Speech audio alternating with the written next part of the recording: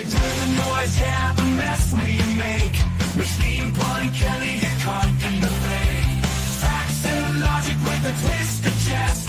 Strip it down to truth, yeah, forget the rest. Humor pulls the lies right out of the park. Look beyond the shadows that set the dark. Sparks of laughter fire up the night, bringing clarity when they blur the fight. Cut through the chaos, yeah, the tangled lies. Steam Fun Kelly with a set of clear eyes. Truths and jokes gonna rock this show. Step into light where the real facts glow.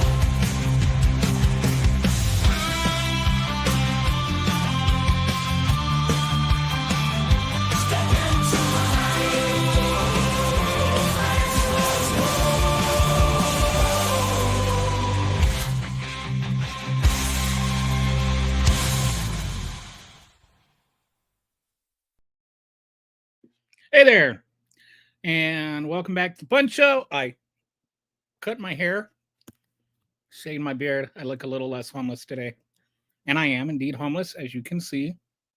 I am sitting in my home, and not that there's anything wrong with being homeless, but anyway, I was a little bit unkempt on the last show, and I am now more kept.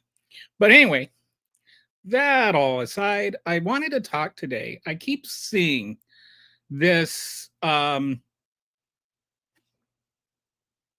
don't know what's the word. What do they always like to? What's the word? Historical revisionism of Charlie Kirk, where he's like some kind of great debater, and we'll probably end up talking about some other things. But Charlie Kirk was really not a great debater, and part of what I think the issue is people not understanding what a debate is supposed to be. A debate, if you think like the presidential debates, you have two people that are, like standing at different podiums that have equal time. There is a separate moderator that asks questions. All right. One of the things with Charlie Kirk's so-called debates is Charlie Kirk acted both as moderator and participant and judge. The second thing is that he did not, it was not between equal participants, and I don't mean that in that the person he's debating is necessarily not his equal, although often that's the case too, which will be the next point. But even if it were, the aesthetics of it, the visuals of it, where he was sitting down on his throne and the challengers would come up one by one and he would pick apart their arguments and then dismiss them. That's not debate. That's using college students as props. All right. And third, in his debates, he would never actually respond to their arguments in an honest way. Like, he would never consider what they said. He would just use a standard rebuttal that didn't necessarily address what they said. It was just on the topic. It was not a real conversation. So I wanted to go through, what I did is I went to his website and I clicked on his last video that he posted. So this is like, he's cherry picked the people, right? That he's destroying here. And I'll bring it up right here. Okay. All right. Whoops. That is not it. Okay. All right. So we're just going to do this. We're just going to. Sorry. Totally thought I had this set up and I didn't. So I accidentally changed. All right. Let's. Come on. All right. We'll just. Sorry for the confusion. So what we're going to do, I'm just going to go to. Come on, I can't type anymore. All right, just going to go to YouTube. type in Charlie Kirk, or so just going to go to his channel so as not to be cherry picking or being told, oh, you're just, picking out the worst thing. All right, where is his? Okay, Charlie Kirk, there's his channel. Patriot Mobile stands go for to faith, here. It family, and says, freedom. But did you Charlie know they Kirk have Channel's cutting-edge Bell's technology? University of California, Department San of Diego. Homeland Security. All right. So this is just, these are ones he picked to share of, him handing out L's, right? So I cannot be accused of, oh, you're just going through, and this is just the first one. So this is totally 100% not performative on my part. I want to go through at least the first few debates and point out some things about it. All right. So the first thing is, you can see right here, here's this guy standing in front of the microphone, and here's Charlie Kirk sitting down on his little, Turning Point USA throne, to where, he is clearly superior to this guy. And this guy is just there to get knocked down by his debates and lose, right? So this is not a debate between equals in the not in the participants' side, but in the viewers' eyes. And people will be like, well, he was at a college campus, but he was at a Turning Point USA event. This is his event that he is hosting. And so even if only 30% of the college campus is conservative, or only 25%, 80% of the people there are Charlie Kirk fans. I'm not going to go see a Charlie Kirk debate because I don't care about Charlie Kirk. If I'm in college, like, I'm going to ignore him. Most of the university is ignoring him. All right. So this guy right here is going to be the first contestant. All right. So simple disagreement with him. That is one. Here, if I really like your answer, you get a hat. We'll be signing hats as well. And God bless you guys. We're going to have a great time. Thank you. All right. So this is just okay. Hello. Yes. Hello. Owning people. My name is Yardo. I have a small YouTube channel. I'm a political commentator as well, much more than you are.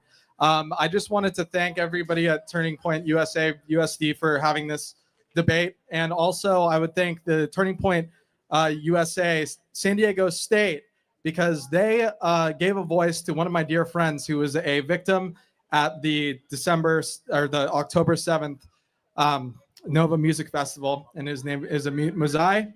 I really appreciate that you guys did that, and you have my sincere gratitude. I'd also like to quickly state that this is a message for the far left first, and then we'll get into what I highly disagree with you about. But so this guy is not a far leftist. I just read Hassan Piker's New York Times article where he claims that he did not stifle free speech in his chat. I do not believe that's true because I was banned multiple times for having a simple disagreement with him. That is one thing on the right that you guys do far better, is not creating echo chambers. And this is literally an echo chamber, but whatever. A complete amazing thing that you guys are doing right now. And I just want to let you know right now, Hassan Piker, I will donate $5,000 to Palestine if you debate me. Now, I 100% mean that. And I will make sure that that is as public as possible. My question for you, Charlie, is I just want to make it clear. I am against affirmative action. Of course, I do not believe, as a disabled person myself, I do not believe that affirmative action is the entirety of what DEI entails. All right. So first of all, I want to point out here that the question is actually wrong. DEI, affirmative action is not a part of DEI. Affirmative action and DEI are entirely different things. So the question itself, the questioner is not accurate in his question. And that's one of the things that, like, if you're a moderator or like a judge, you could point that out. Like, already the question Kirk is being asked is in Kirk's favor. It's asking, the wrong question. And that's like, he's not debating people that are on a level that, they actually know what they're talking about. Said, I would be fine with DEI gotten rid of if it meant the merit, like a true meritocracy in the United States. But why would I trust Donald Trump to create a meritocracy when he himself has appointed the least accomplished and the least, essentially, yeah, perfect word, the least accomplished cabinet in U.S. history, at least in my opinion. If you disagree, I can explain why I feel that way. Well, first of all, one thing doesn't have to do with the other, but I'm going to reject the premise that it's It actually does have to do with the other, because the entire argument about DEI is you are not hiring the person with the most merit. You're hiring a person based on other things. So it is exactly the same thing. Can you say that everybody in the Trump cabinet, there's not a person in the country more qualified for the job they took than the person that Trump selected? If you're going to argue that the most meritorious person should have the job, then you need to hire the person with the most merit. Minimally, they argue about it as though like, oh, well, this black person might have been qualified, but he wasn't as qualified. But it's okay if you hire this white person that's not as qualified, even if they're not the most qualified, because then it's not DEI. the least qualified cabinet ever, so we could talk about that. But Well, now he's going to argue that it's not the least qualified cabinet ever, even if it was just Donald Trump picking his family members, which, is partly true. it has nothing to do with the merits of DEI or getting rid of DEI, right? So that's a red herring. They actually have nothing It's actually not a red herring. one to do with the other. One's a repeal of a policy. One is your Neither is a repeal of a policy. critique of a cabinet. So which one would you rather debate? Would you rather debate DEI and all of its implications or Trump's cabinet? It seems like you have more problems with Trump's cabinet because we actually might be on the same side of meritocracy. So want to talk about the cabinet? Whichever you prefer. Yeah, we can talk about it. All I right. personally don't see it as So he says we're on the same side of meritocracy. So now he's arguing for meritocracy, right? So according to him, meritocracy does not mean that you're qualified for the job. It means you're not the most qualified for the job. So that's important. red herring, but we can talk about that. Well, sure. yeah, one doesn't have anything to do with the other, right? I mean, you can personally have hypocrisy in your own life and still do really good things in policy, right? It doesn't necessarily No, but it does show inconsistency. equate, right? Well, I mean, in the way that I see it is that when a lot of people talk about, like when they're talking about their choice to vote for Kamala or Trump instead of Kamala, they talk about the personal aspects of Donald Trump that make them want to trust him, right? A lot of people trust him. You can see the way that people look. I mean, everybody's wearing the MAGA hats. People trust him. Why would I trust him? Okay. So yeah, that is your contention. So Yeah. what about his cabinet is unqualified? Let me just ask you a couple examples. So, I mean, Scott Bessent, who's one of the most accomplished bond salesmen and individuals in the hedge fund space ever. How does being an accomplished bondsman qualify him? How does managing hedge funds qualify him? Like, what do you think the qualifications are? Is it just having formed a hedge fund? Being a hedge fund, how does being a hedge fund manager qualify you to be what is he now? He's the Secretary of Treasury. That's it. How does that qualify you to be Secretary of Treasury? Let's look. What is the Secretary of Treasury do? The Secretary of Treasury is the President's chief economic advisor and the head of the U.S. Department of the Treasury. Okay. There is a difference between being a hedge fund manager and a macroeconomist. A hedge fund manager doesn't need to know anything about macroeconomics. The Secretary of Treasury does. All right. So just being a hedge fund manager does not qualify him to be Secretary of Treasury. Nor, and this is important, does it make him the most qualified. Are you telling me there's not a single macroeconomist that would have been more qualified?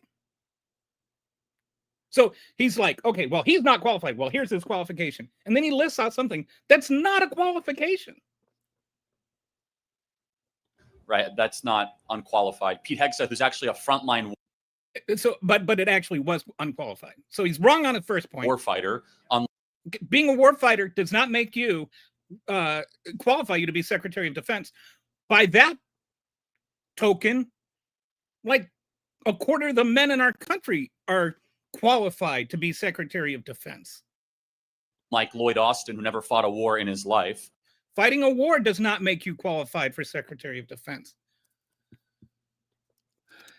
The Secretary of Defense is responsible for like strategy and, like not just being a grunt. Being a grunt does not qualify you. Hegseth was not just a grunt. He was a low-level grunt. So no. Hegseth's so-called military experience doesn't qualify him to be Secretary of Defense any more than my military experience qualifies me to be Secretary of Defense. So, hang on.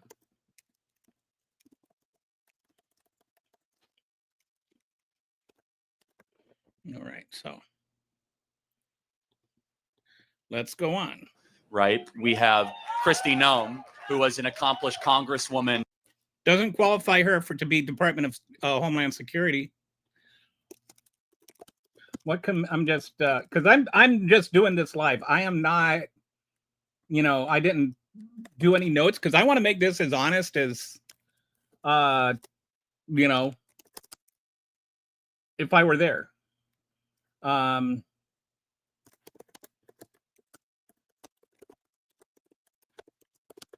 I'm just asking Google what I would ask him.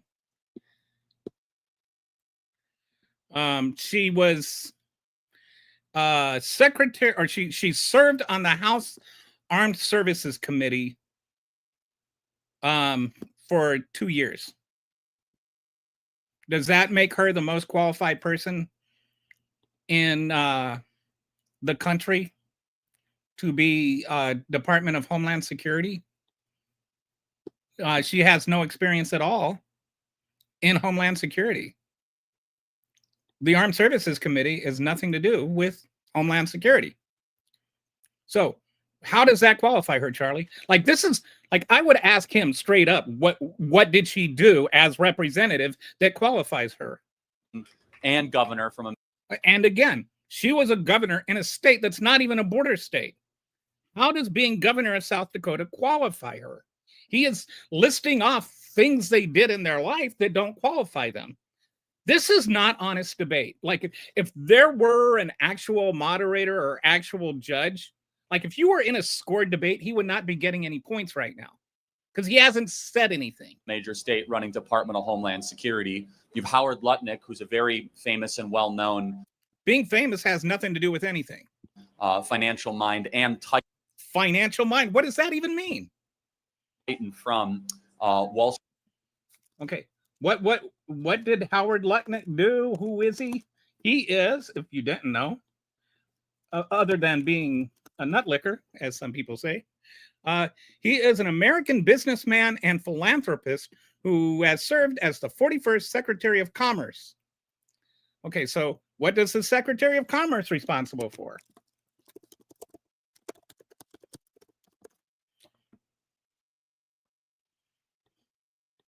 Okay. Responsible to all matters related to commerce. So what is his, how does being a businessman qualify him to be Secretary of Commerce? Does just being a businessman qualify you?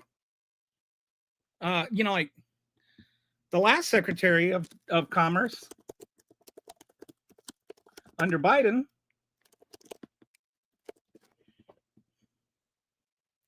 was an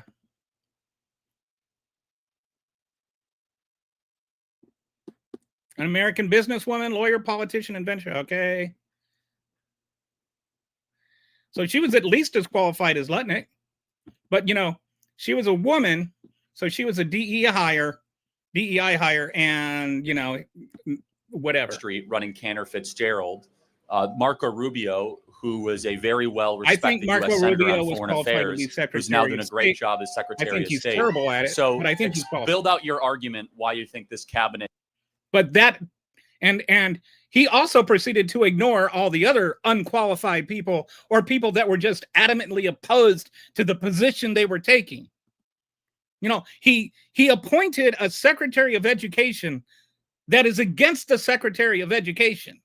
So she is hugely unqualified. Is unqualified. Seems to me very, very qualified, actually, across the board. Okay, so the first thing, It's not very, very qualified across the board, and not the most qualified. The whole argument of meritocracy is the most qualified. And so I would ask him, if I were debating, I would ask him, can you honestly say there is not a person in the country more qualified than any of them to take the position? Or do you really want to stand by your argument that DEI, and the problem with DEI is you're not getting the most qualified person? Are each of those the most qualified person? Can you honestly not think of anybody in the country more qualified to be the Department of Homeland Security than Kristi Noem?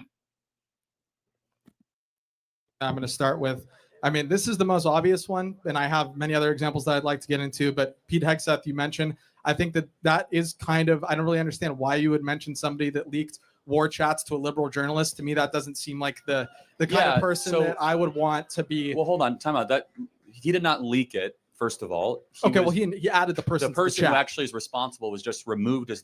He was removed and changed to a different position, and you defended him. So sorry, Charlie, that does not work. National Security Advisor today, you mean the person who was the fall guy for Pete Hegseth's problem? No, he added somebody without his knowledge. But fine. Okay, so why wouldn't he see him? Why wouldn't he see the person is in the chat before talking about war policy? So, time out. Just so we're clear, I'm sure you've been added to group chats with 30 or 40 people. I haven't been on too many group chats where we're discussing battle plans to attack another country. Sitting there and comparing this to just being added to a signal chat is grossly dishonest. It's grossly dishonest. And you enter in with trust that every acronym is actually a government official. Every acronym. It wasn't an acronym. It was an actual name. Obviously, that will not happen again. Just so we're clear, Signal was an approved chat by the Biden administration. It's an approved secure chat. Signal was an approved chat by the Biden administration, but not for classified chats. He's being dishonest again. He's using half an argument and half a truth. And the thing is, he knows that. He knows that what he's saying right now is dishonest. He knows that particular information being sent over a Signal chat was illegal. Channel by I'm not talking shit on Signal. However, time out. Let me ask a question about Pete Hegseth. Would you? And now notice, whenever he will respond, this is a habit he has. He will respond to somebody else, he'll cut them off and then he'll respond to them and defeat their argument, and then he won't let them respond to his response. Again, that's not a debate. That is Charlie Kirk just controlling the conversation. And that's why I'm saying, having a moderator makes a difference. Rather have a warfighter or a bureaucrat run the United States military? Would you rather have a warfighter or a bureaucrat running the United States military? Is not an honest question. Would you rather have a grunt or the former, what was he like? What was it? I can't remember if he was the chairman of the Joint Chiefs of Staff or just the top officer in the Army. But these are not the same. This is not the question. It's not military, war veteran versus bureaucrat. It's somebody that's never had any experience in strategy or somebody that has had more experience of anybody in strategy in the country. Scott was literally the most qualified person in the country to be the Secretary of Defense, but he was black, so he didn't have the merit, according to Charlie Kirk. I would rather have somebody that doesn't have a history of alcoholism. I'd rather have somebody. Alcoholism is kind of, yeah. And not just a history, a present of alcoholism. You know why you can't have a poker game with four Pete Hegseths? Because you need a fifth. That I mean, realistically. Wow. So do you think how about Mark Milley and Lloyd Austin? Were they better at running the U.S. military than Pete Hegseth? I mean, yes. I think you're going to probably Yes, absolutely. 100%. Without question. No doubt. Start talking about. And he asked that question as though the assumed answer should be no. How there's higher enlistment numbers. Yeah, not only that. So recruitment in the military is up majorly. It's not up majorly. That's a lie. Thank you, Pete Hegseth. He's doing a pretty good job. No, but it's not Pete Recruitment has nothing to do with Pete Hegseth. There is no proof at all that this is true. He is just saying crap. Number 2, procurement. We're saying. All right, now see how all the audience cheers as though he just scored a point? He said a lie that is a right-wing talking point that is untrue. And so it gets this echo chamber. And you've got this echo chamber surrounding this one guy. But he's the one that's going outside the echo chamber. He brings the echo chamber with him. That's not a debate. Saving money. Estimates are that we'll save hundreds of billions of dollars in efficiency. War games are up. No, there's no evidence that that's true.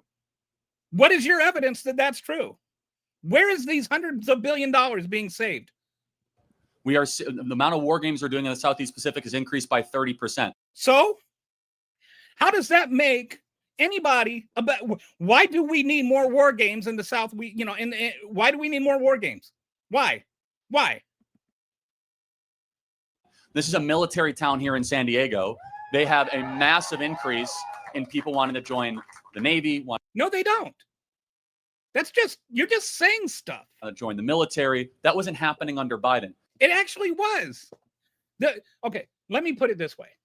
There has been an increase in military enlistment, but it started under Biden and it's continuing under Trump, but not because of anything Trump did.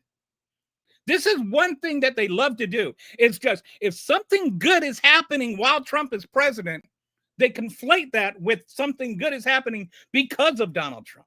There is nothing to indicate that Trump has done anything to make enlistment better. In fact, there's a lot of things that indicate it's making it worse. Women don't want to, the enlistment among women is going down because they don't want to be forced to live in a state where they could be raped and forced to have their rapist baby. And if you're in the military, you go where they tell you to go. So if the military tells you to go to Texas and you get raped, you have to bear your rapist child. And they don't want to do that. So, but there's no honesty here. Morale is actually 30 points higher now that Pete Hegseth, a warfighter's warfighter, is running the U.S. military. I don't believe that. I don't know where that's coming from. But he's saying this. And usually if you want to, say a stat like that, you would want to cite a reference. Like if you were in an actual debate, you would have to say, this is where, the basis of that. We have no proof that this is true. This is not honest debate. It may be accurate, but it's not accurate debate. It's not real debate.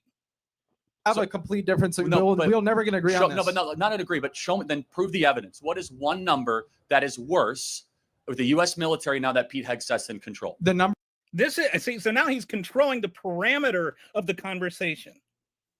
He's saying, in order for you to be right, you must be able to do this. All right. And it's like I just pointed out, enlistment among women is down. Numbers that you're talking about are numbers that I actually actively do not care about because I think that we have an overly powerful military and I think too much of our money goes to the military. No, I know, but tell me one thing he's done, numerically, empirically, judge his performance, right? What is one thing that you could say, wow, the Pentagon is in a worst place because of Pete Hegseth? I would say his inconsistent foreign policy where he backs on statements depending on whether or not Donald Trump has heard them or not. Like in the beginning, we were talking about what happened with Ukraine and Russia. Like they've had disagreements already within the first couple months of the administration. What? But first of all, The president is the commander in chief, so he executes the running of the military. I'm just saying that there he's has the been operationals manager. I right? understand that. And so when you want a military, you have recruitment going up, you have war games going up, you have morale going up. You have, by the way, none of these things has he actually established with a credential. But also, none of these things actually establish that the military is better now. How about this? Do you agree that physical fitness standards for men and women should be the same in the U.S. military? Yes. No, I don't. I don't think they should be the same. Because not all military roles are physical.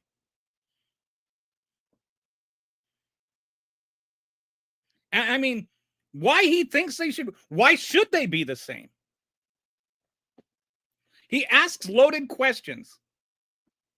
That's not honest debate. Pete Hegseth is to thank for that. He has brought physical fitness standards to be the same for men and women. So what he's done is he's discriminated against women. Lloyd Austin didn't do that. Mark because they're not misogynists. Milley didn't do that. Do you also agree that we should not have like transgender pronoun type policing of our military members on the front lines of combat? What does that even mean? What does that even mean? What does that actually mean? That is a meaningless question. Do you think that we should have pronoun? There is no pronoun type policing on the front lines of the U.S. battlefield, Charlie. So this is, again, it's a dishonest question.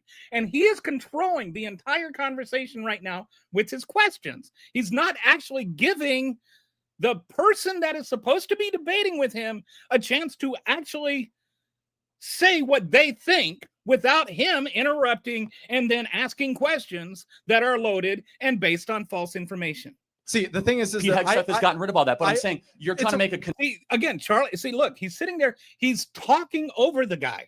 He's not letting the guy talk, and he's lying, and he's using fallacies. This is not debate. And if they were in a real debate, which we'll get to in a minute, you'll see a whole different thing, both in the reaction and in his demeanor. Intention that he's not qualified. Okay. The military is in a much better place thanks to him only after 100 days, man. But that's not true. That's just not true. It is not in a better place because of him. You cannot say anything that made the military better. Getting rid of, making men and women have the same physical requirements does not make the military better. If a woman is a nurse and she can't bench press 150 pounds or whatever requirement he's talking about, it does not mean she's a worse nurse. Or if she's a doctor, or if she is a records clerk. Like, there are all kinds of things in the military that are not physical roles. Yeah, if you want to talk about combat, then sure. But that's not what we're talking about. So he's dishonestly using dishonest things to make a dishonest point, and he won't let the other guy talk. This is not debate. And that's that is the weakest example of all the ones that you have in the cabinet. And that's the weakest example of all the examples that you have in the cabinet. No. I want to be clear. You're the one that named 3 specific people and asked him to choose one of those. This is your weakest example of the 3 choices you gave him. You didn't address Rubio. You didn't address Noem. You didn't address Besant. Okay, I'm sorry. Besant and there was one more. So 5. So there's 7 people he didn't name. And none of the others are necessarily more qualified. You didn't address Lutnick. And you haven't given him a chance to address any of them because you haven't given him a chance to talk. You didn't address Bobby Kennedy. You didn't address all these people. So Did you just say Bobby Kennedy? Did you just say Bobby? You didn't even give him a chance to talk about Bobby Kennedy. But Bobby Kennedy is wholly and completely unqualified. He is an ignorant conspiracy theorist. He is the most unqualified cabinet person in the history of the United States. Okay, well, I can continue. I can continue addressing people. But every one of these departments is in a... And so you notice, this is not a debate. This is a lecture. substantially and an empirically better place than it was. Okay, even after including the 100 days. Department And it's not. It's not. He just keeps lying. It is not empirically in a better place. of Education that's been completely defunded, and somebody who literally I'm so glad it's being defunded. Okay, I bet you are, but guess what? He Most ran on that. Americans aren't, and that's Well, the that's not- reality. Wrong. Donald Okay, Trump. yeah. Who's doing all the talking? Like, he does not have debates. He has college students line up as props for his propaganda. Just because you have a bunch of people here saying that doesn't hold mean on. that's the Let reality. me prove it to you. Donald Trump ran on a pledge to get rid of the Department of Education. We can agree with that? No, we can't really. I mean, he ran away from the Project 2025 when said that. Where are his campaign commercials saying that we need to get rid of the Department of Education? I see a lot of this stuff. People are like, that's what I voted for. And, like, that's what he ran on. And some things he did run on. This is not one of them. He ran away from the Department of Education. He did not run on getting rid of it. No, yes or no? Yes. Yes. He won a pot. So this guy doesn't know. I would have said no. I would have said no. Show me the ad. Show me the advertisement where he said we need to get rid of the Department of Education. Show me in the debates where he said we need to get rid of the Department of Education. You can't, because he didn't. Popular vote. The vast majority of people voted knowing. No, the vast majority of the people did not vote. He got a plurality of the vote. He did not win a majority of the vote, much less a vast majority. That the Department of Education was going to get eliminated. If you truly believe that the vast majority, the majority of the people voted against Donald Trump. He got less than half the vote. That means the majority did not vote for him. People were educated enough about the fact of Donald Trump's opinion. Voters aren't very smart now that. Oh, see, no, but they aren't. The number one reason there is a direct correlation between people that voted based on things that were not true and people that voted for Trump. The more people, the more uninformed you were, the more likely you were to vote for Trump. So no, not the American people. The Trump voters don't know what they're talking about. That's what we're going after. No, I'm simply just responding to what you said. What you said insult is the voters.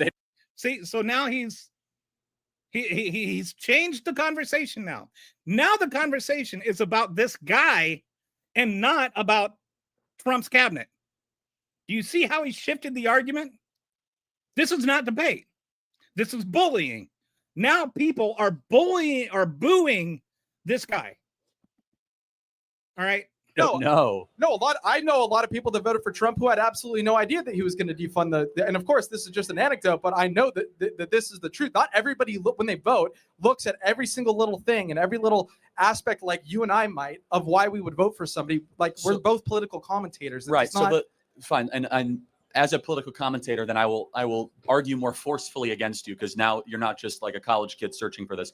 Has education in America improved or gotten worse since the Department of Education was formed? It hasn't changed, in all honesty. Any argument that it's improved or gotten worse would be inane, because there is not time to even evaluate it. How would you know? What about it has gotten better? It's literally been 3 months. I have absolutely no idea. Since the Department of Education was formed in the 70s. We now have 50 years of evidence. As American education gotten better. The Department of Education was formed. I would say, well, okay, literacy rate.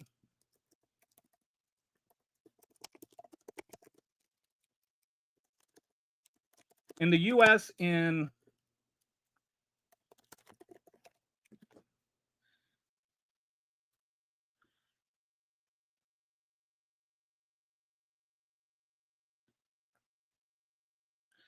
okay, so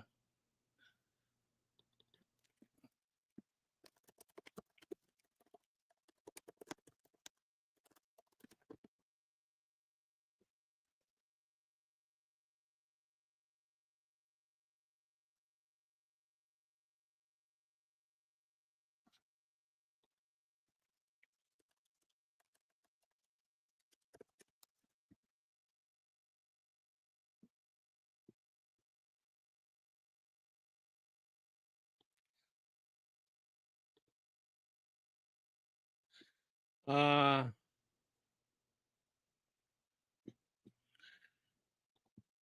apparently there's no, like dollar to dollar comparison in functional literacy between 1970 and now. But part of this issue here is that he has equating all of education with the Department of Education, as though there's not other roles and other factors that are involved. We had a Department of Education, or has it gotten worse? I personally don't think that has to do with the Department of Education. Well, when you've spent over $4.5 trillion with one federal department, and we have 30 schools in Chicago where a fifth grader cannot read at grade level. Okay. Public schools are locally funded. So this entire argument is already flawed. Level. We have 35 schools in Baltimore where publicly funded schools that are locally funded. Public schools are locally funded. And, for each of those, you're like talking these whole numbers and stuff like that. This is a disingenuous argument. What were the numbers, before? What were the numbers in 1970? Like, this is not an honest argument. This is just an argument. Education is not perfect. Therefore, the Department of Education is useless. Kids cannot do math or reading at grade level. We cannot find a single school, not a single school in downtown Detroit, where by the time they graduate high school in the heavily black areas, that they're proficient in reading or math. We are now like 31st in the industrialized world of education. And what is the reason for that? You are saying this is the Department of Education's fault. This is a correlation versus causation fallacy. And a real debater would be able to pick this apart. We spend more in education than almost any other country per capita, and yet our results are worse. Maybe it's... So why is that honestly the case, though? Where is your analysis that this has anything at all to do with the Department of Education? Why do you think these things don't correlate? And, these are honest questions. These are I am concerned about literacy rates. I am concerned that our education system is falling short. I do not think that the answer to that is to just get rid of education. Because we sent all this money to DC to overly centralize the way we educate. We're not overly centralized. We are actually decentralized. He is arguing this notion that education is centralized is wrong. Educate, and the Department of Education has been a complete disaster. And so we can go anywhere you want. He has not actually said anything wrong about the Department of Education. He has said things wrong about certain districts, certain local school districts. He has not said what is wrong with the Department of Education. I'm just going to say one more thing about this and we can move on. And it's he is not, the other guy's still not being allowed to talk. And thank you for talking to me for this long. I really appreciate it. But you're talking about people that are coming from poor backgrounds where education in their families is not a part of the way that they're raised. Of course, they're going to be the ones that have a lower. No, that's not correct. It is correct. You're just saying it's not correct. That doesn't mean it's not correct. I highly doubt it. The competing Catholic schools in the competing Catholic schools are private schools. People that send their kids to private schools have money to spend on private schools. I know this because I went to a Catholic school. Same area that do it for 2/3 less money. Almost all the kids. They don't do it for 2/3 less money. They do it for tuition. They still get money. And where is your evidence that you get 2/3 less money? Can read by the time they graduate middle school. And where does that money come from? Well, sometimes from charter schools, taxpayers, or from private donors. So okay, why isn't the private donors giving money to public schools? Why isn't the private donors giving money? This is, and here's the real deal with all of this, is that they're trying to make it out that private schools should be compared to public schools, and it shouldn't be. But the reason they want to do that is because they don't want their money to go to educating black kids. Take, for example, in downtown Chicago or downtown Philadelphia. Downtown Chicago, always downtown Detroit, downtown Chicago, downtown Philadelphia. What do they have in common? Why aren't you talking about Evanston? Why are you talking about downtown Chicago instead of Evanston? You know what? I actually have been to schools in downtown Chicago that are some of the top magnet schools in the entire country. Why aren't you talking about that one? The private Catholic school can educate a kid for around $12,000 a year. Philadelphia, it's about $30,000 a year, and none of the kids can read. Yeah, this is bullshit. So the local religious schools, they have kids that are less likely to be unruly, less likely to commit crime. You mean white? They're more likely to graduate They're white. They're white. Just say it, Charlie. Just high say school it. and college. They can read and they could do math. And yet the local public school spends triple what the local Catholic. This is bogus. I need to see the math on this. I feel like this is some kind of heritage bullshit kind of fake School thing. does, and they can't do any of that stuff. Why? Because a government-run program of education has been a failure in this country, and that's what President Trump is doing by abolishing the Department of Education. Okay, so he's lost 2 arguments now to himself. He has said a bunch of crap that's not true, hasn't given the other guy a chance to talk. Okay, so how, if there's no public, I'm not saying that the public.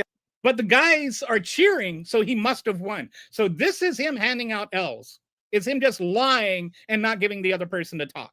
Education system is perfect. I'm saying that having I think the privatization of public things in general is bad, and obviously that's a very. Why would you say that? So I mean that's just we can go through the list of that, but because it's not because getting rid of, for example, DEI or getting rid of. Because maybe, Charlie, not everybody has money to spend on sending their kids to a Catholic school. And maybe not everybody is a Catholic. Not all parents have money to send their kids to Catholic schools. And now what Trump is doing, and you are not talking about, is taking that public money and giving it to that Catholic school, which is a violation of church and state. And again, I'm not super pro DEI. Where did you grow up? I grew up in California. I'll put it that way. I'll try to apply it to your where. Okay, I grew up in a very. I will try to apply it to your, what a arrogant little twat. One of the most expensive towns in California.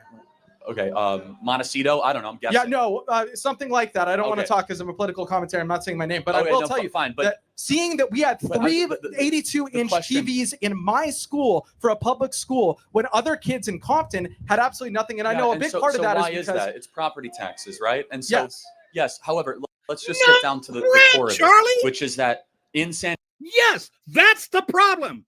Its property taxes are funded. The whole point of funding that is, oh my goodness, what a dishonest person. San Diego, are the private schools or the public schools more desirable? That's kind of like not the right question, is it? Like, is that an honest question? Can everybody send their kids to private schools? Should you have to have money to send your kid to a private school in order for him to get an education or for her to get an education? Are only middle class and up people allowed to educate their children, Charlie?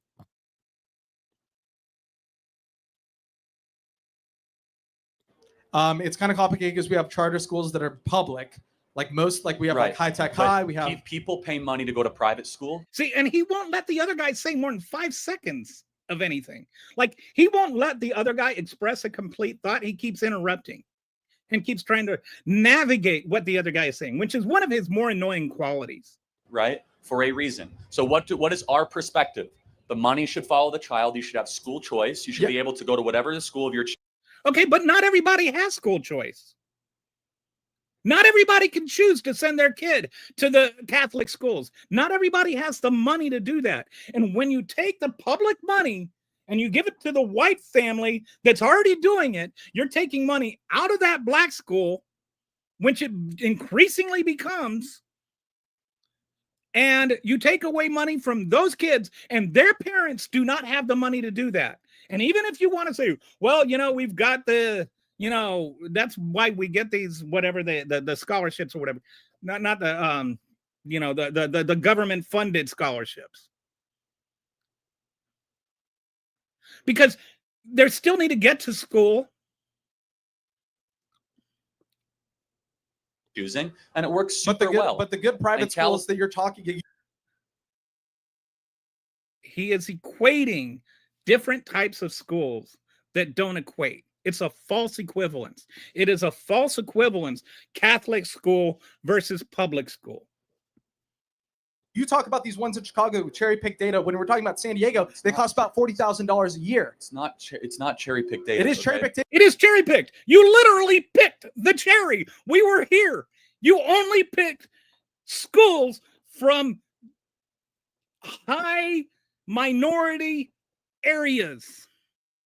You did it. You picked the cherry. Talking about a single example of a Catholic school that's publicly funded or funded by donors. There's hundreds of these examples. Okay, right? hundreds of these. But that doesn't matter. There are hundreds of small minority areas. You're going to pick only areas that are mostly minority. You're going to pick the poorest districts in the country as your example. That's what you've already done. You are sitting there and you're like, oh, the poor people are bad. These examples, but the reality is that the majority of them, you have to pay an exorbitant amount of money in order to get into them. Right. So, okay. So go. So the poor kids don't have money. Don't get say so and then anyway, this is why I can't deal with this. Then what per pupil in San Diego, what do you think they charge per student in the public school? Why does that matter? Why does that matter? What is the relevance? Because you're suggesting that the per capita spending per student in San Diego and the per capita student in downtown Chicago, like those should be the same. And there's nothing to suggest that's true. For instance, if I have a middle-class family, most of the kids are going to have some kind of electronic, some kind of laptop or computer or something like that they can access, or a tablet. In downtown Chicago, that's not true. So they have to use school. That costs money. They're not necessarily provided by the school in San Diego. So it costs more money to educate a kid in a poor kid than a rich kid, because the rich kid parents have money. Like, this is not a fair comparison. Anywhere between compare, like a town in West Virginia. 25 to 35. I have no idea, and I don't think that it has anything to do with the debate we're having. No, it has. Now he's in again. Ask the guy a question, won't let him answer. Everything to do with, and I'll just close with this. So there's 21 million people that work for the government in this. Now he's going to close with this. He decides this is the closing argument. Country, 11 million education. 11 million in education. How many of the 11 million do you think are teachers? I see. You're just coming up. Look. No, it's super. Can you repeat your question? Because I thought we were going to continue, because we barely talked about anything I want to talk about. Well, no, I mean, we did freewheeling. That's what this is, right? No, it's not freewheeling. Actually, where did you grow up? I put it, and I'm just going to guess that 2 million. One of these options, but Democracy in our. All right. So anyway, we're done with that. We're done with this. I want to show you another example. Patriot Mobile stands for faith, family, and freedom. Okay, but did you know they have cutting edge? All right. So now let's see. When he acted, so this was not an L that handed out. This was just Charlie Kirk talking over somebody. Now, where's the? All right. All right. So now let's see what happens when he debates, actual debates. Okay.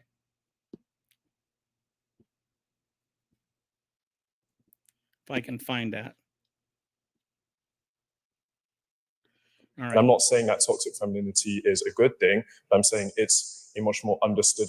All right. Now, notice that there is a totally different variable here. You have, this is still a college student. The crowd is not a Turning Point USA crowd. They're standing across the table as equals. All right.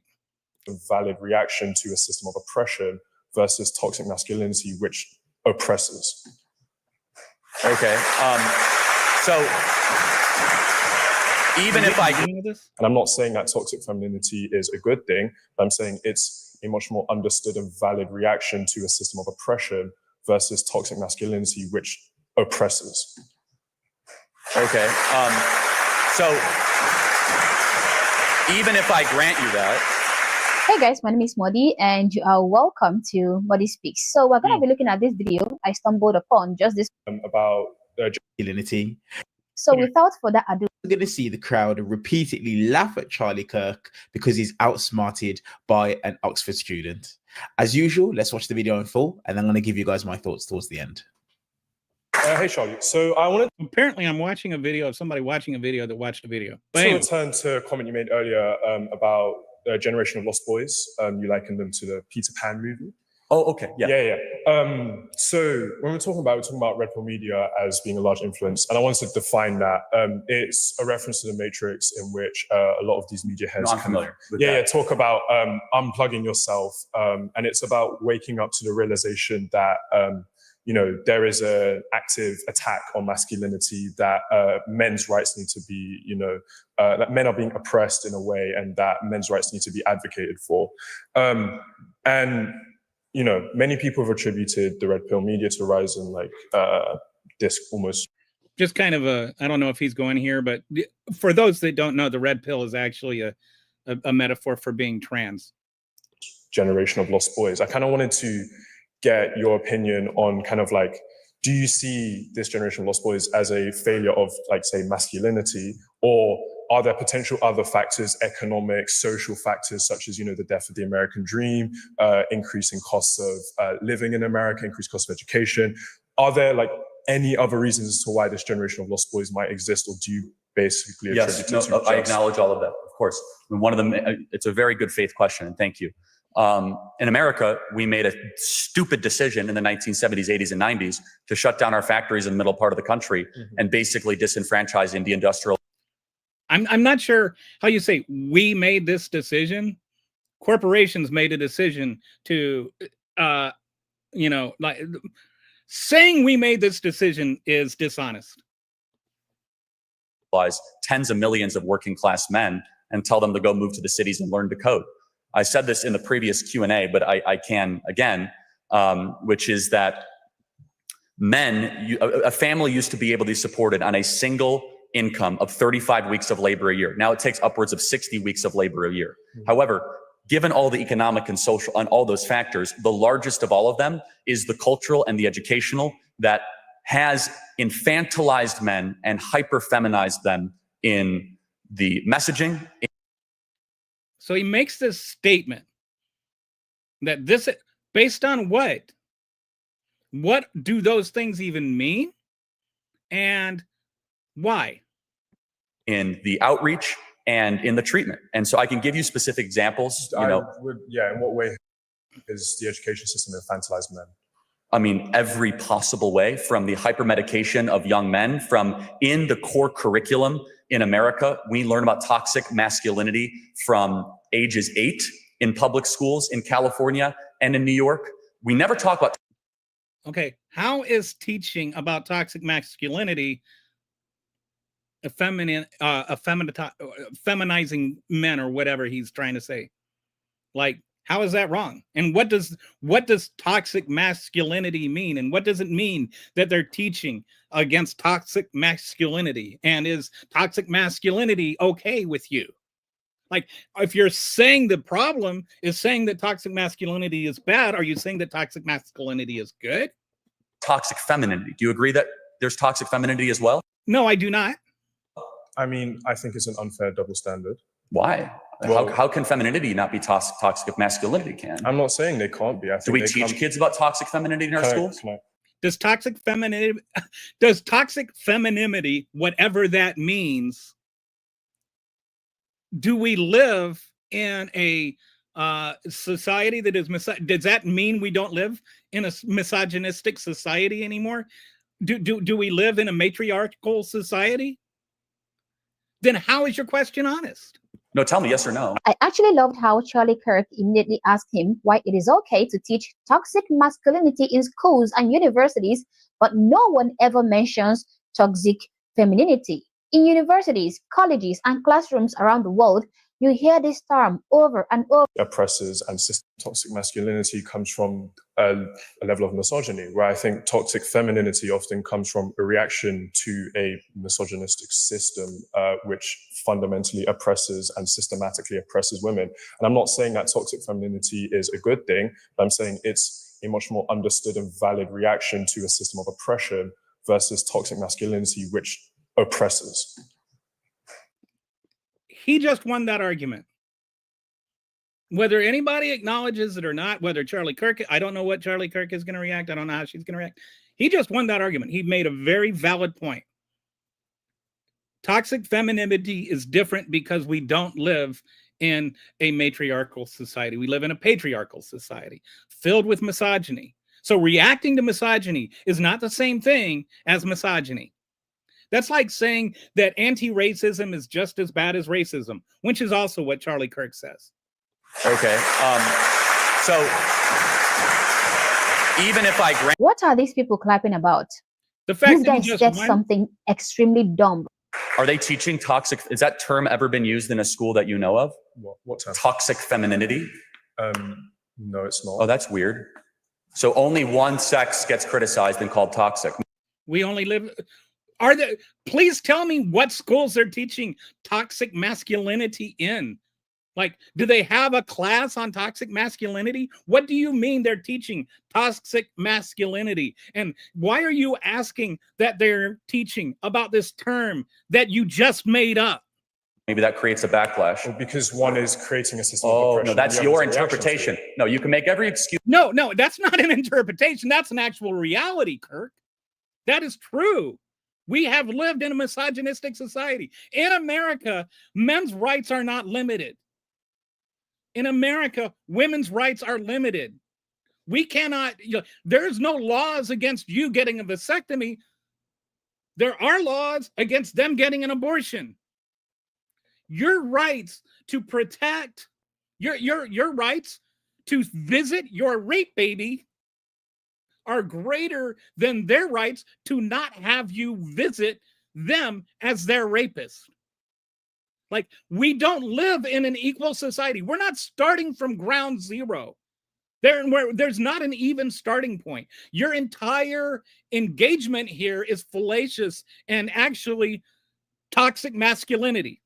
Under the book that you'd like, but only one chromosome set gets criticized, called that they're terrible and awful, and that women. No, actually, men are not being told they're terrible and awful.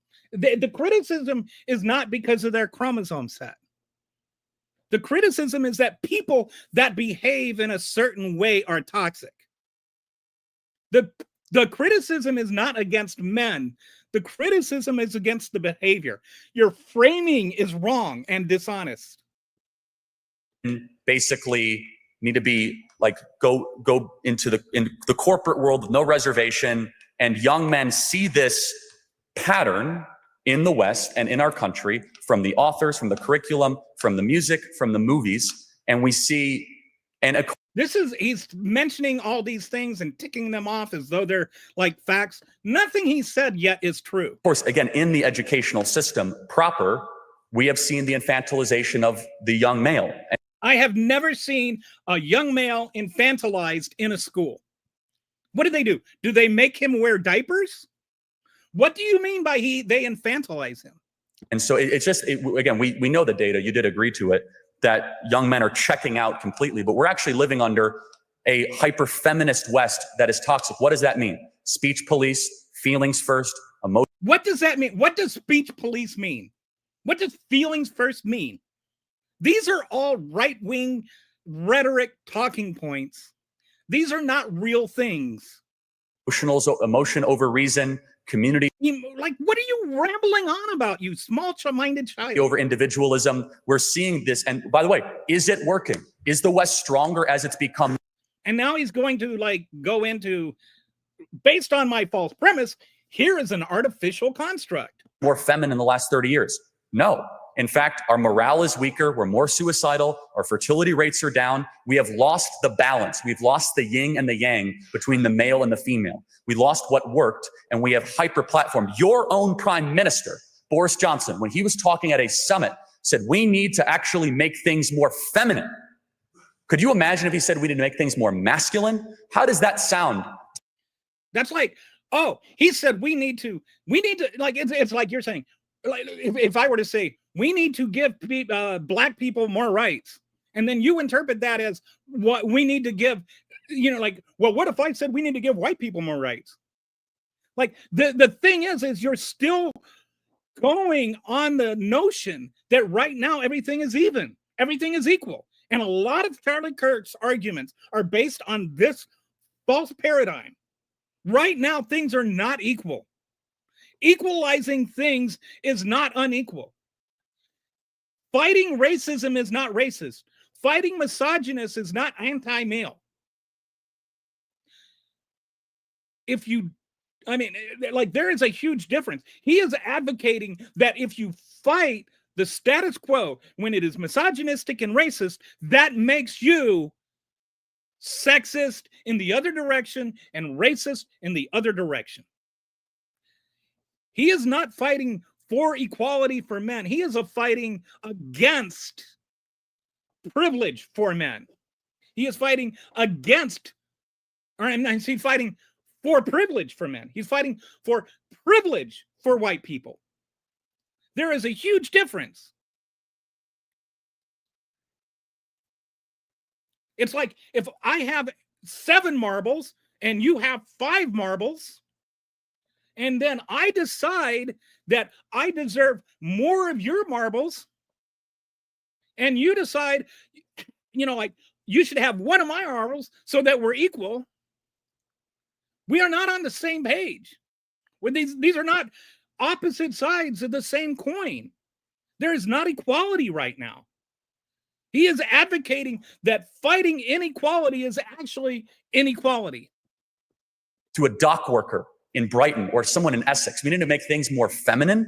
No. Instead, we need. What does it mean to make a dock worker more feminine? What are you even talking about? What is that statement even supposed to mean, Charlie? Is he suggesting that Boris Johnson was saying dock workers should wear dresses? This is not. He takes a statement out of context, with no context, applies it to something that doesn't mean, and he does that to defend misogyny. He is not fighting against some, like fighting for, like some sort of anti-male. He's not fighting, against anti-maleness. He's fighting for misogyny. To restore the balance that God created man and women, and right now God created man and women. Who cares what you think God did? And by the way, you want an example? Adolescence. How does that movie Adolescence not broadly generalize a theme that, first of all, doesn't exist? Secondly, it doesn't broadly generalize a theme that doesn't exist. Like a slow, and actually, it was a very, very good series. Slow motion, like humiliation ritual for the young boys of Britain. Actually, that's not at all what it was. And that you saw it that way is really twisted. Nobody saw it that way. Nobody, except for you. Could you imagine if there was a similar movie criticizing young women? Adolescence was not criticizing young boys. It was not about young boys. That are like how they are the ones that are driving men away, about how catty they are. This didn't happen. That's your entire message. Can you imagine? I don't have to imagine. All I have to do is listen to you talk for 10 minutes. About how they don't want to be. No, it's fine. I'll just complete the point.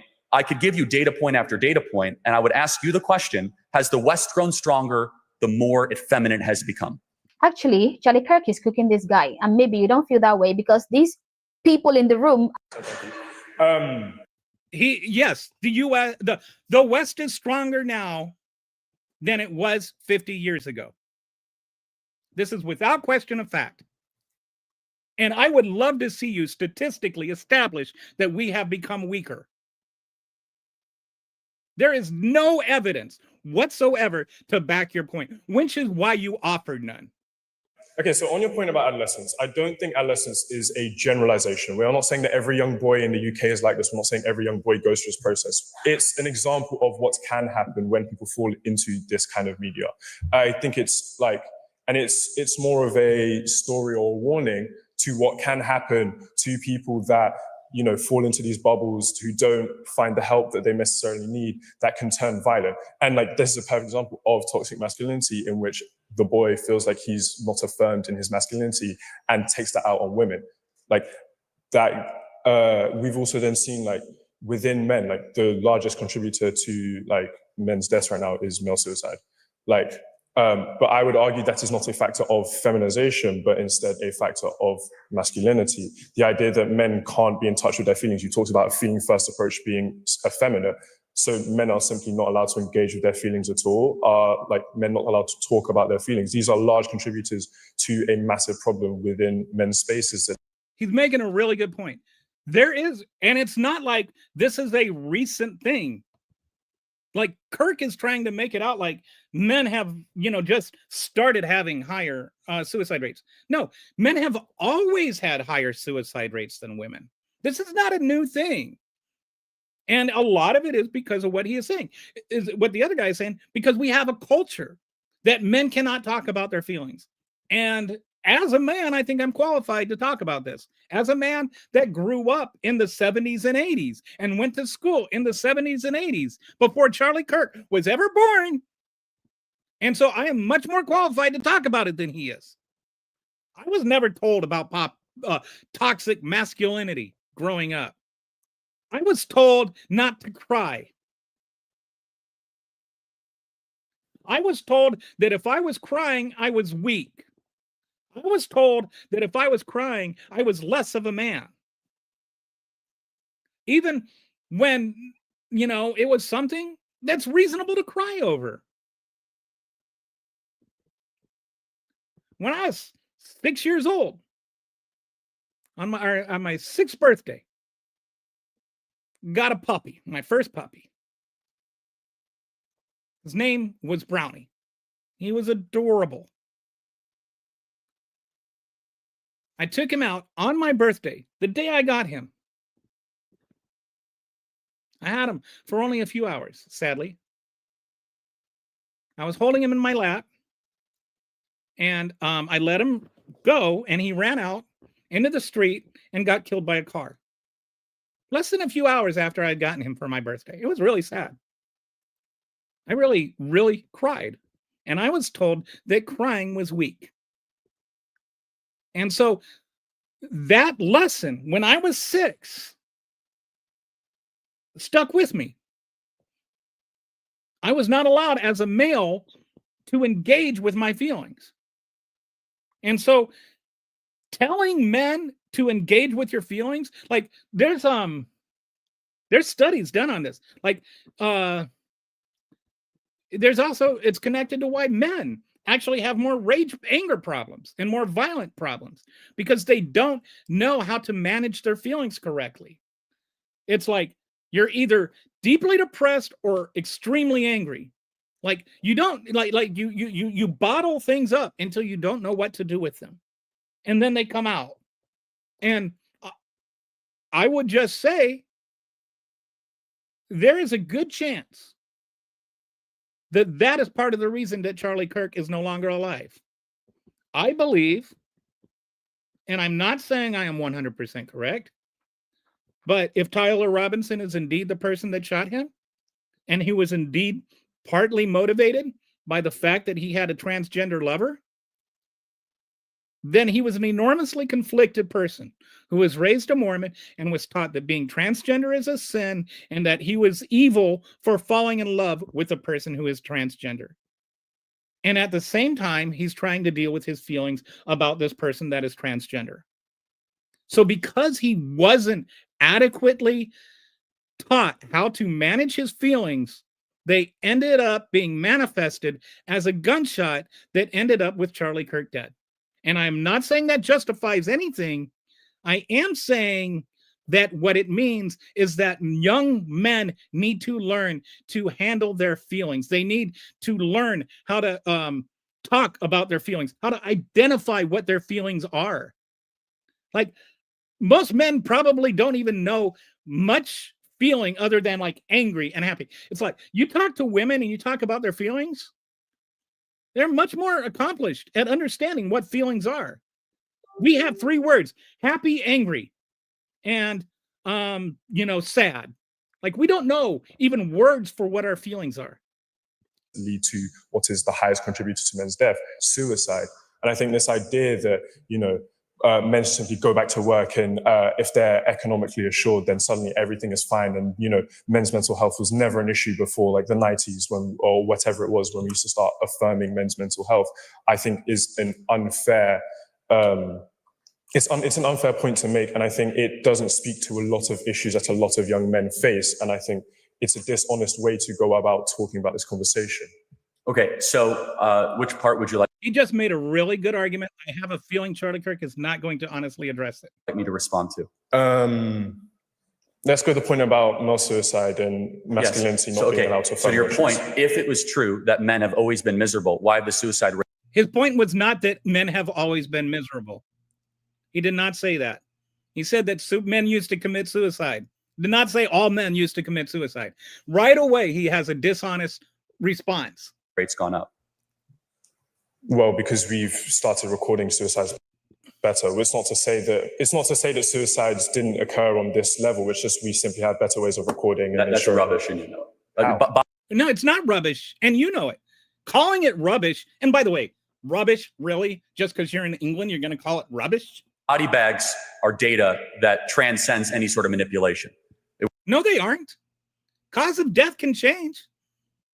Like, identifying the cause of death is not synonymous with a body bag. You can call the reason for the death wrong. When a self-inflicted gun wound or being hung, it was not like a mass reporting issue 60 years ago in this country or in the West. It is a material fact because we know it's happening. Okay, it's not about whether there's a reporting issue. Was it who was collecting the data? Like nationally, who is collecting the data? Who is sending it in? Are you saying that in the computer age, we don't have better means to collect this data? Are you saying, where is the evidence? Like, who was collecting the data before? Like, I think that you're being dishonest in talking about the data. A body bag is not the same thing as a suicide. Happening in the Anglosphere. It's happening in Australia. It's happening in America. It's happening. So if it's happening all over the world, then maybe it's not about toxic masculinity being bad. All across Europe, that suicide rates of men are going up. Depression is going up. Yes. They are correlated together. It's not a reporting issue. There's something undergirding it.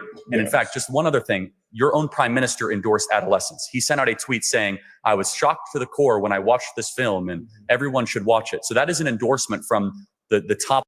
What's wrong with adolescence?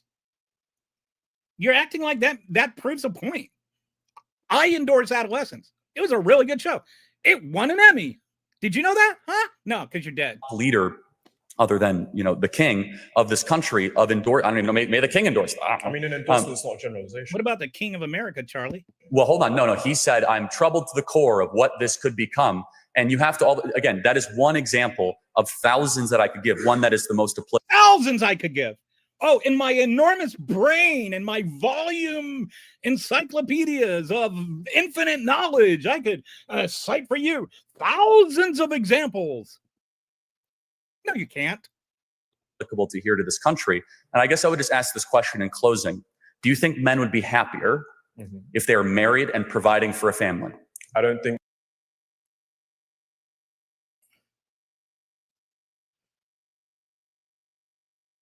Do you think men would be happier if they were married and providing for a family?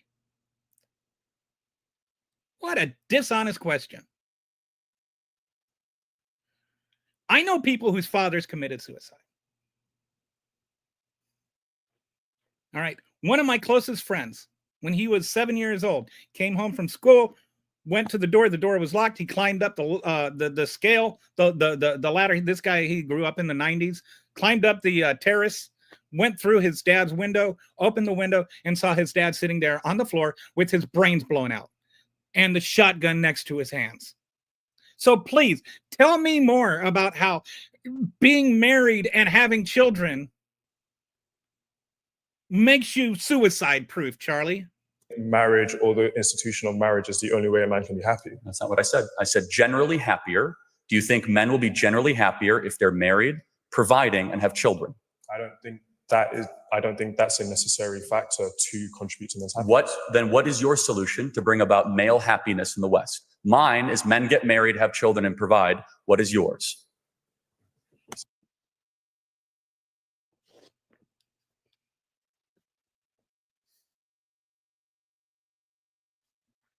Can we just talk about how dishonest that is?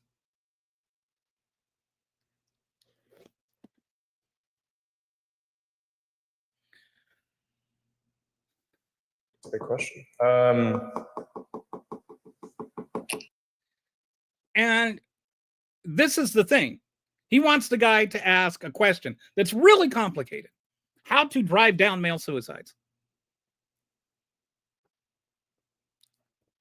And the question is, either give me a better thing than the thing I just pulled out of my ass, or you have to accept that the thing I just pulled out of my ass is valid. All right. I do not know how to bring suicide rates down among men. That does not mean that it's because men aren't allowed to get married and have children and provide for their families. As far as I know, men can still get married and have families. And as far as I know, men can get married, have families, provide for their children, and still commit suicide. So I do not accept the premise of your argument. And this is what Charlie Kirk does a lot. He will ask people loaded questions based on a false premise. And then no matter what happens, it's impossible for them to get the answer right. It's a big question. It's a big question. Unhappiness, suicide crisis, excuse to get away from the truth that's right in front of you. I mean, maybe men should get married and have one simple institution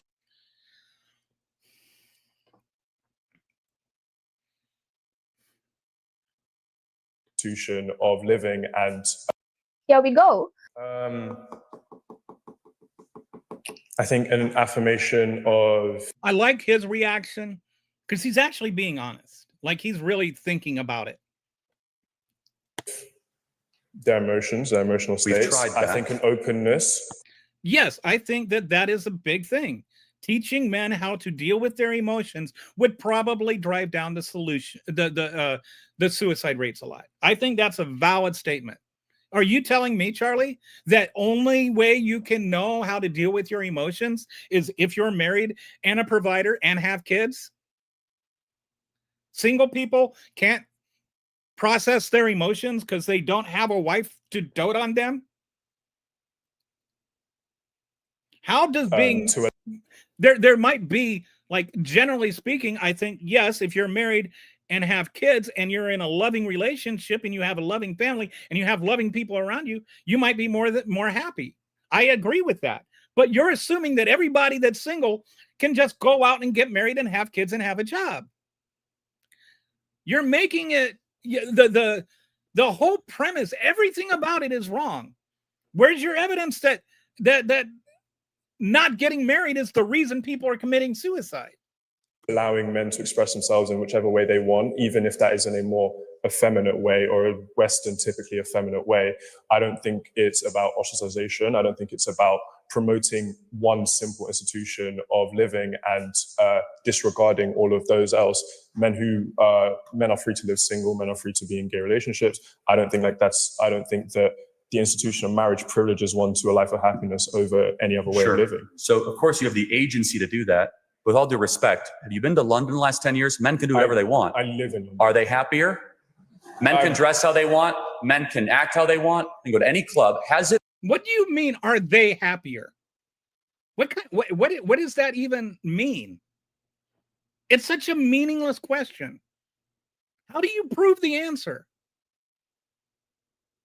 And how do you prove your premise based on what you assume that answer is? Worked. Yeah, but also we've had austerity. There are other factors outside of simply just. You see what you're doing, respectfully. You're scrambling for an excuse to get. No. What he's doing is he is not recognizing that your premise is valid because it's not valid. You are making it so that your premise is the only possible solution. He says there are other factors like austerity, which is true. Austerity hurts economies. It drives down employment. It drives down jobs. It drives down a lot of things. And that could be part of the reason that these men who are told that you have to be the breadwinner their entire lives and can't get a job get depressed and off themselves.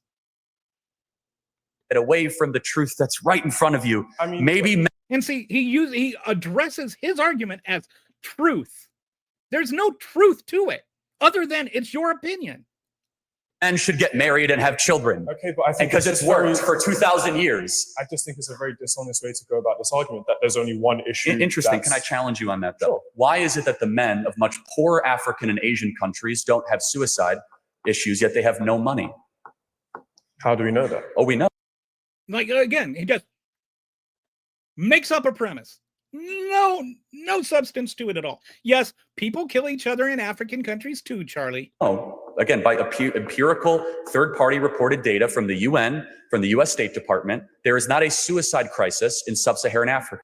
There's not a suicide crisis in America. There's not a suicide crisis in England.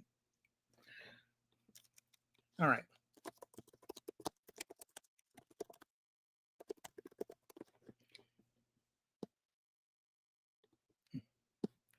All right, we're just gonna look at male suicide rates. And this is the, guess which country? I'm just looking here. I'm gonna share this with you. Hang on a second. I can't. All right. I'm just going to read. I'm just opened up the YouTube page. I can't unshare this, and then I can't share two screens at once. So I'm just going to read this off to you. List of countries. This is starting at the highest. And I'm just going to read down to you the highest suicide rates among men in the world. Number 1, Eswatini in Africa. Number 2, Lesotho, Africa. Guyana, Central America. Uruguay, Central America. Ukraine, Europe. Russia, Europe. Lithuania, Europe. South Africa, Africa. Mongolia, Asia. Micronesia, Oceania. Kiribati, Oceania. Suriname, Americas. Slovenia, Europe. Solomon Islands, Oceania. Thailand, Asia. Belarus, Europe. Latvia, Europe. Belgium, Europe. Hungary, Europe. I'm just going to go down here into, okay, United States is 26th.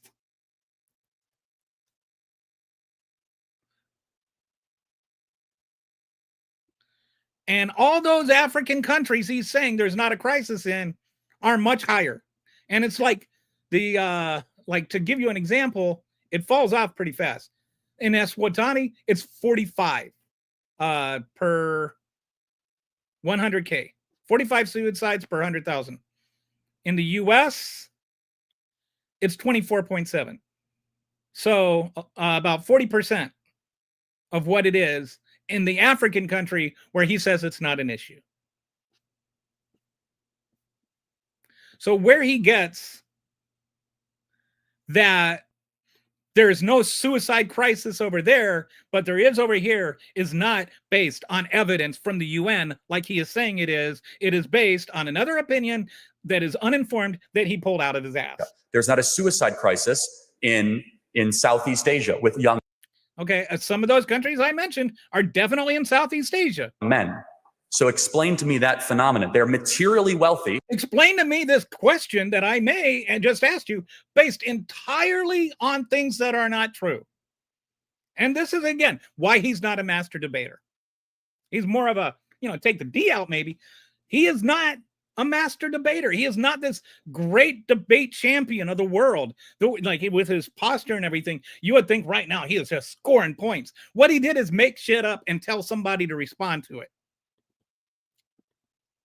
They're not materially wealthy, and yet they're harming themselves. So why would you then say it's austerity? Because first of all, it's not austerity because they're confusing austerity with just being poor. If you're poor and then you're still poor, you didn't get poor. With austerity, what happened is they cut spending when people lost their jobs. And so people that had money do not have money now. There's loss involved. So the depression is over the loss. It's like being able to say, look at Mike Lindell. I mean, he's not poor yet, but he lost money. He got depressed. Wait, sorry, say that again. Okay, you're looking for another explanation for male unhappiness. Yes. I'm pointing to you to a part of the world. He's not looking for another explanation for male unhappiness. He is pointing out that there are many reasons for male unhappiness, and he's right. You're suggesting that the only way a male can be happy is if they are married and have children. And that nobody that's married and have children can be unhappy. World that actually does value marriage and does have children, but they have no money. And they have higher suicide rates among men. Mm-hmm. So therefore, how could you say it is a material problem why the men of London who can dress how they want go to... All right, I'm just going to check back here. I want to, since he's talking about London and not the US, I'm going to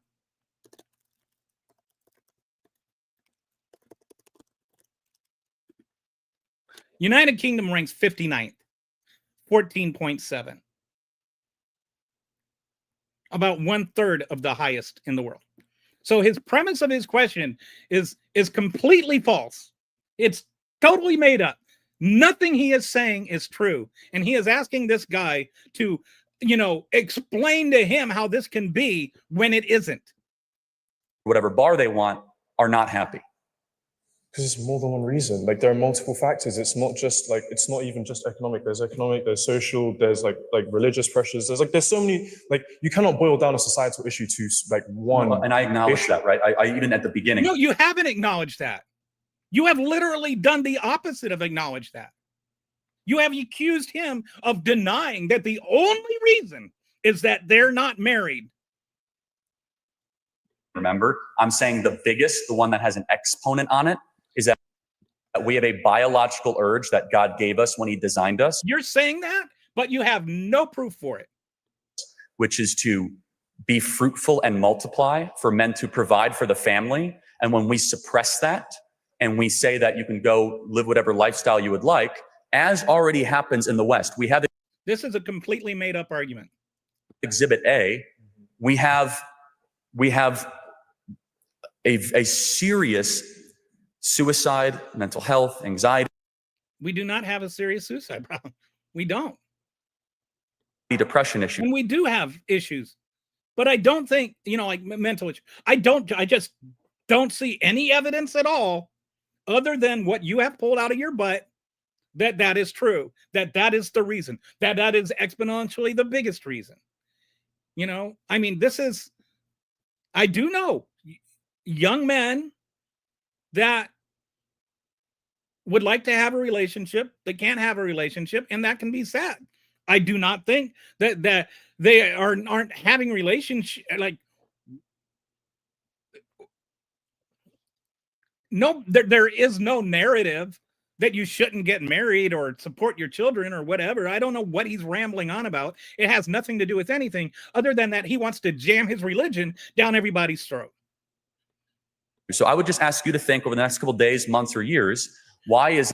I want you to think I want you to think about this thing that I am the fount of wisdom on. What a condescending dope. That men in countries that barely have toilets and do not have two. And he's now he's like, oh, that barely have toilets. Have you ever been? I lived in Africa. I lived in West Africa.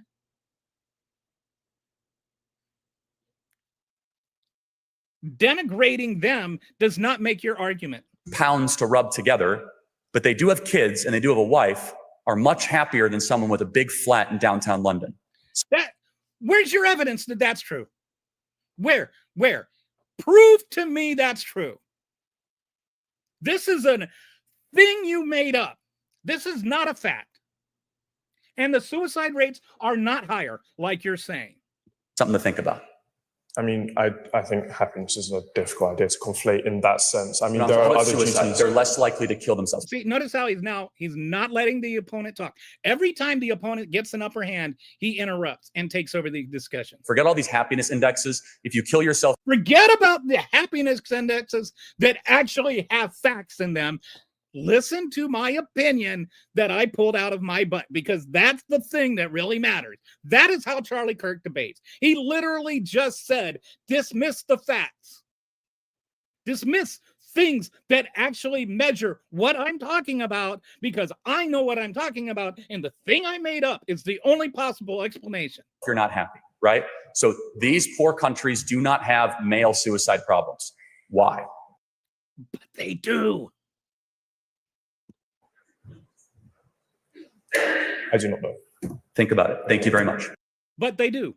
That's why he doesn't know the answer to the question, because you just made up the argument. And this is why I say that Charlie Kirk is not this big master debater that everybody says he is. He is a liar. Or he was a liar. He was a bully. He spread fallacy, and he spread hate, and he spread racism. So when you tell me, oh, no, he's such this great arguer, he's this great debater. No, he's not. Full stop, end of story.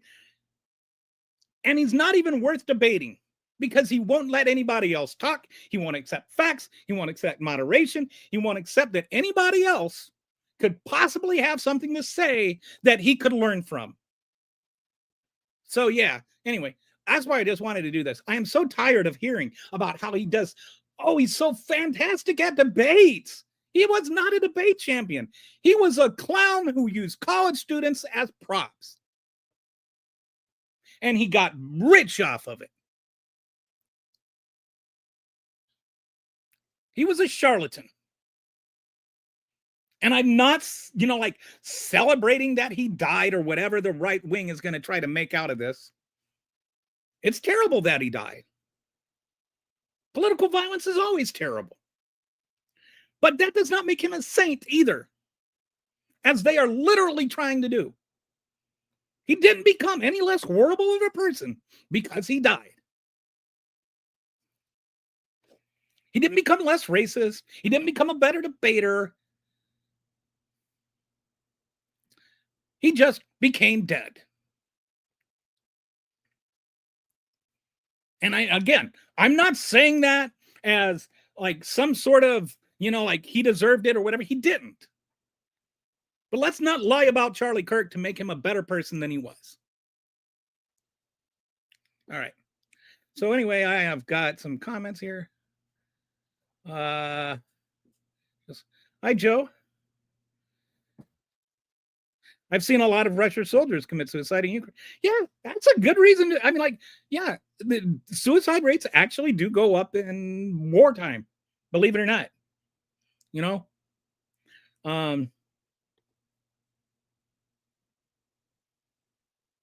Oh, right. This is another thing. Joe brings up a good point. A lot of times he ends up changing the subject. And he's very good at doing it. He moves the goalposts a lot. There's so many fallacies. Him and Ben Shapiro were like the fallacy champions of the world. Very rarely do they have honest answers.